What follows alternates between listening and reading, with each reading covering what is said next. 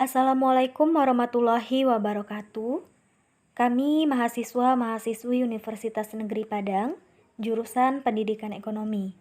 Di sini kami akan menjelaskan materi mengenai konsep kurikulum 2013. Nah, sebelum itu ada baiknya kita berkenalan dahulu. Oke, kami dari kelompok 2. Saya sendiri Rafika Febriza Martias Putri, dan juga ada beberapa rekan saya yaitu Hilmasi Fahmi, Jody Inzaghi, Rosi Afrisa, Thomas Nailahi, dan juga Suci. Nah, sebelum membahas mengenai konsep kurikulum 2013, ada baiknya kita mengetahui apa yang dimaksud dengan kurikulum. Kurikulum merupakan gambaran terhadap apa yang akan dijalani dalam sebuah pendidikan. Dan kurikulum merupakan landasan tempat sekolah berpijak untuk menjalankan pembelajaran agar dapat berjalan dengan baik sesuai dengan tujuan pendidikan. Untuk kurikulum 2013 itu sendiri lebih menekankan pada pendidikan yang berkarakter, terutama pada tingkat dasar yang akan menjadi pondasi bagi tingkat berikutnya. Melalui pengembangan kurikulum 2013 yang berbasis karakter dan juga kompetensi, semua berharap bangsa ini menjadi bangsa yang bermartabat dan masyarakatnya memiliki nilai tambah dan nilai jual yang bisa ditawarkan kepada orang lain di dunia. Sehingga kita bisa bersaing, bersanding, dan bahkan bertanding dengan bangsa-bangsa lain dalam kategori global.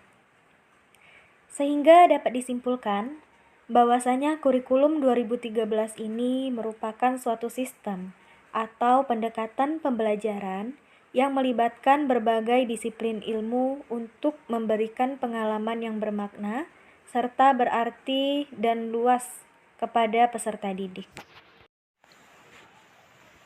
Untuk hal yang lebih jelas mengenai kurikulum 2013 ini, dapat dijelaskan bahwasanya kurikulum 2013 ini merupakan implementasi dari Undang-Undang Nomor 32 Tahun 2013, dan perubahan di dalam kurikulum ini dilakukan agar dapat memperbaiki sistem pendidikan ke arah yang lebih baik sesuai dengan perkembangan iptek. Lalu fokus utama dalam menciptakan generasi yang berkarakter, yang mampu memahami jati diri bangsa yang mendekat dirinya, dan menciptakan generasi bangsa yang unggul dan mampu bersaing dengan dunia internasional. Serta adanya perubahan kurikulum 2013 ini tidak akan mengubah hakikat dan tujuan pendidikan nasional. Kurikulum 2013 ini tentunya sama dengan kurikulum lain yang memiliki berbagai karakteristik ataupun ciri-ciri.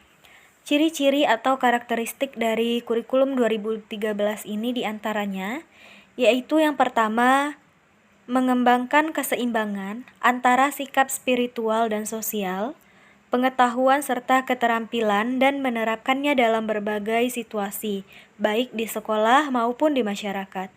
Yang kedua, yaitu menempatkan sekolah sebagai bagian dalam masyarakat yang akan memberikan pengalaman belajar, guna mampu menerapkan apa yang didapat di sekolah ke masyarakat dan memanfaatkan lingkungan sebagai sumber belajar.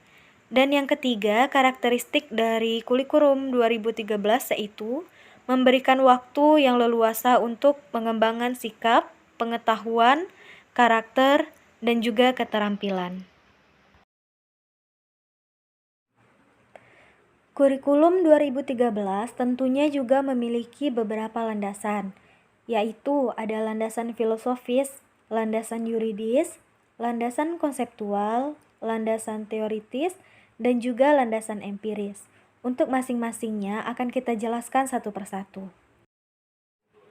Yang pertama yaitu landasan filosofis. Dalam landasan filosofis ini terbagi di dalam dua hal, yaitu filosofis Pancasila dan juga filosofis pendidikan. Filosofis Pancasila ini memberikan berbagai prinsip dasar dalam pembangunan pendidikan. Sedangkan filosofis pendidikan yang berbasis pada nilai-nilai luhur, nilai akademik, kebutuhan peserta didik, dan juga masyarakat. Nah, yang kedua yaitu landasan yuridis. Landasan yuridis ini juga dapat dikatakan sebagai dasar hukum. Lalu apa saja landasan yuridis dari terbentuknya kurikulum 2013? Yaitu ada Undang-Undang Negara Republik Indonesia tahun 1945, Undang-Undang Nomor 20 Tahun 2003 tentang Sistem Pendidikan Nasional, Undang-Undang Nomor 17 Tahun 2005 tentang Perencanaan Pembangunan Jangka Panjang Nasional beserta segala ketentuan yang dituangkan Rencana Pembangunan Jangka Menengah, Peraturan Pemerintah Nomor 19 Tahun 2005. Nah, ini adalah beberapa landasan yuridis dari kurikulum 2013. Kita masuk selanjutnya yaitu landasan konseptual. Di dalam landasan konseptual yaitu terdapat beberapa hal, yaitu yang pertama mengenai relevansi pendidikan, lalu kurikulum berbasis kompetensi dan juga karakter, pembelajaran bersifat kontekstual dan juga pembelajaran aktif, lalu nilai yang valid, utuh, dan juga menyeluruh. Lalu landasan berikutnya yaitu ada landasan teoritis. Apa yang dimaksud dengan landasan teoritis ini? Maksudnya, kurikulum ini dikembangkan atas dasar teori pendidikan berdasarkan standar dan teori pendidikan berbasis kompetensi. Ini yang dimaksud dengan landasan teoritis. Landasan berikutnya yaitu ada landasan empiris. Maksudnya, di dalam satu sistem pendidikan, kurikulum itu bersifat dinamis serta harus selalu dilakukan perubahan dan pengembangan agar dapat mengikuti perkembangan zaman dan juga tantangan zaman. Namun demikian, perubahan dan pengembangan kurikulum harus dilakukan secara terarah dan tidak asal-asalan. Ini yang dimaksud dengan landasan empiris. Selanjutnya kita akan melihat bagaimana struktur kurikulum 2013. Jika dilihat dari kompetensi intinya, kurikulum 2013 ini strukturnya yang pertama kompetensi inti 1 ini berguna untuk kompetensi nilai sikap spiritual. Kompetensi inti kedua ini untuk kompetensi nilai sikap sosial. Untuk kompetensi inti ketiga untuk nilai pengetahuan, dan juga kompetensi inti keempat ini untuk nilai keterampilan. Lalu bagaimana struktur kurikulum 2013 jika dilihat dari mata pelajarannya, yaitu mata pelajaran dalam K13 dikelompokkan atas yang pertama ada kelompok mata pelajaran wajib. Kelompok mata pelajaran wajib ini dikelompokkan dalam A dan juga kelompok B. Untuk kelompok mata pelajaran C ini yaitu pilihan kelompok peminatan yang terdiri dari matematika dan ilmu alam, ilmu-ilmu sosial, dan ilmu bahasa dan budaya. Lalu khusus untuk MA, selain pilihan ketiga kelompok permintaan tersebut yaitu A, B, dan C, juga dapat ditambah dengan peminatan lainnya yang diatur terlebih lanjut oleh Kementerian Agama. Nah, di sini kita akan menayangkan kelompok-kelompok mata pelajaran A, B, dan juga C itu yang seperti apa. Nah, di sini bisa dilihat untuk kelompok A atau yang wajib, B juga wajib, dan juga C yang pilihan. Coba kita perhatikan untuk mata pelajaran yang wajib di kelompok A ada beberapa hal, yang B juga ada beberapa hal. Lalu kita akan lanjut kepada yang C. Nah, silahkan diperhatikan.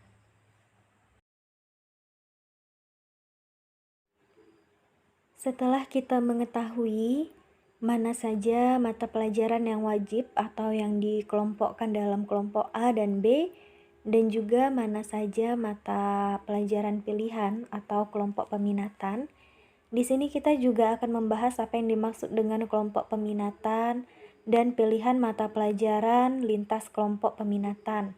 Jadi, dalam struktur kurikulum 2013 ini memperkenankan peserta didik untuk melakukan pilihan dalam bentuk pilihan kelompok peminatan dan pilihan mata pelajaran antar kelompok peminatan. Jadi semua mata pelajaran yang terdapat pada satu kelompok peminatan wajib diikuti oleh peserta didik. Selain mengikuti seluruh mata pelajaran di kelompok peminatan, setiap peserta didik harus mengikuti mata pelajaran tertentu untuk lintas minat dan atau pendalaman minat. Untuk waktu atau lama waktunya ini sendiri yaitu sebanyak 6 jam pelajaran di kelas 10 dan 4 jam pelajaran di kelas 11 dan juga kelas 12.